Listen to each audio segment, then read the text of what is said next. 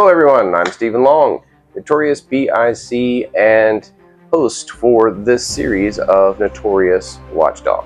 So today is Friday, new episodes drop every Friday. This one is relatively short and sweet, but also one of those, when it sounds too good to be true, it probably is, as is the case with most real estate scams. So this is the real estate con of fast money. It's the cash buyer. Welcome to the Notorious Real Estate Watchdog. Here, we expose scams and pitfalls to protect the innocent and educate our viewers. With your host, the Notorious B.I.C, Stephen Long. So welcome to the Notorious Real Estate Watchdog. This is episode 4.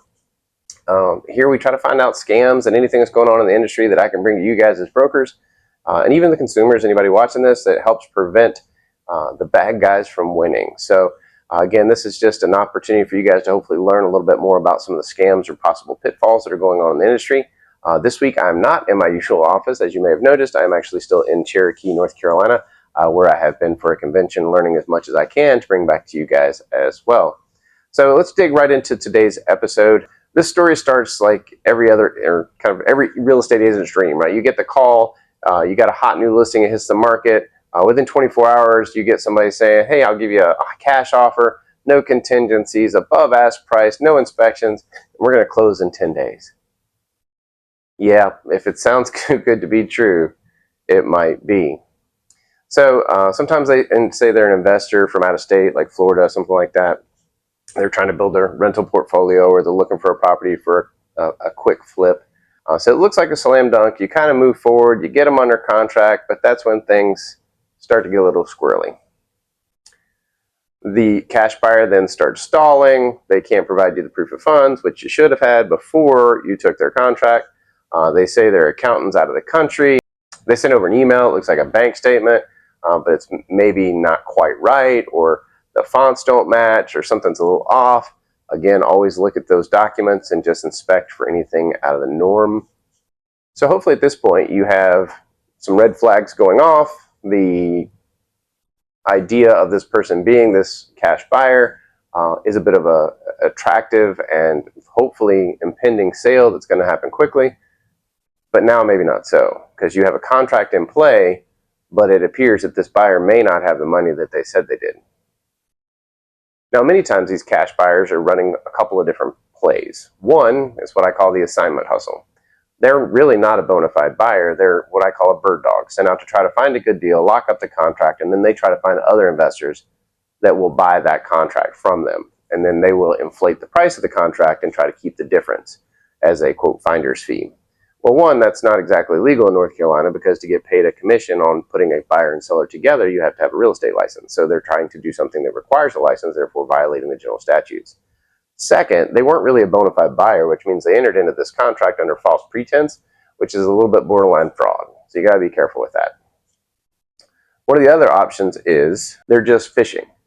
Not the kind of phishing I like to do, but phishing with a PH, where they're trying to get information. So they might be trying to figure out who's your contract to close coordinator, what attorney are you using, what's your system when you accept a contract, so that they can potentially hack your email and then inject themselves later at a different transaction, or an actual transaction, and hijack maybe a down payment or earnest money. So be very careful with the phishing scams and sharing your information, and watch for those red flags that just don't feel right.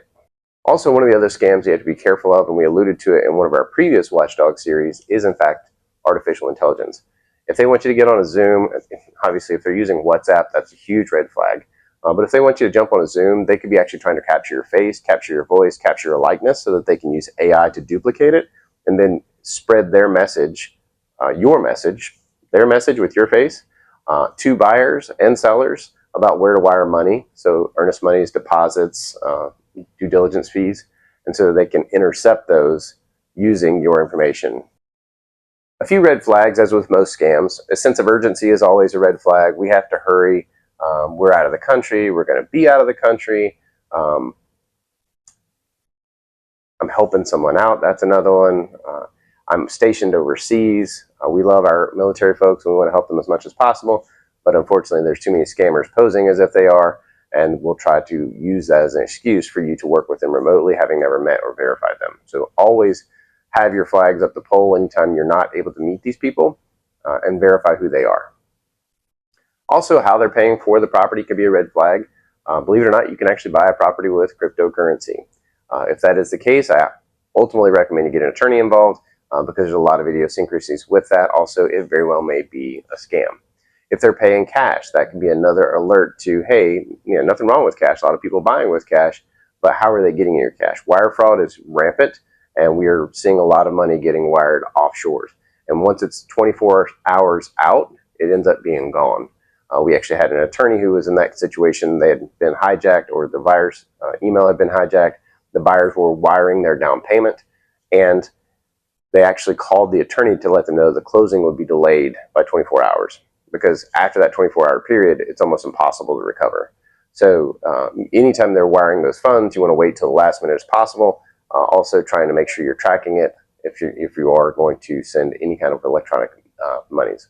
Very important for you guys as brokers to have your flags at the pole. Watch for anything that might be suspicious. Always call, investigate, make sure you're doing your due diligence and everything in your power as an agent and as the consumer, making sure you're not sending money to the wrong place.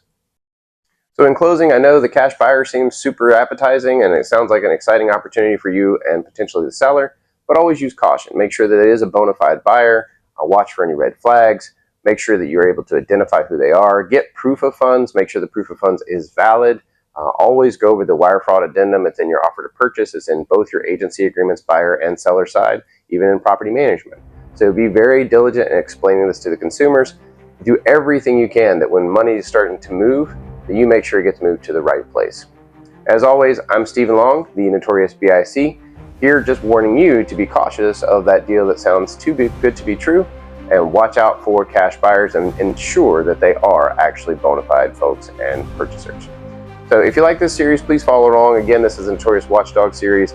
Typically, I'm citing some case studies. I'll always try to interview agents. If you are out there in the real estate land and you encounter one of these scams, please let me know. I'd love to jump on a Zoom with you, see if we can do a quick interview and share it with the rest of the real estate world so we don't have this happen anymore.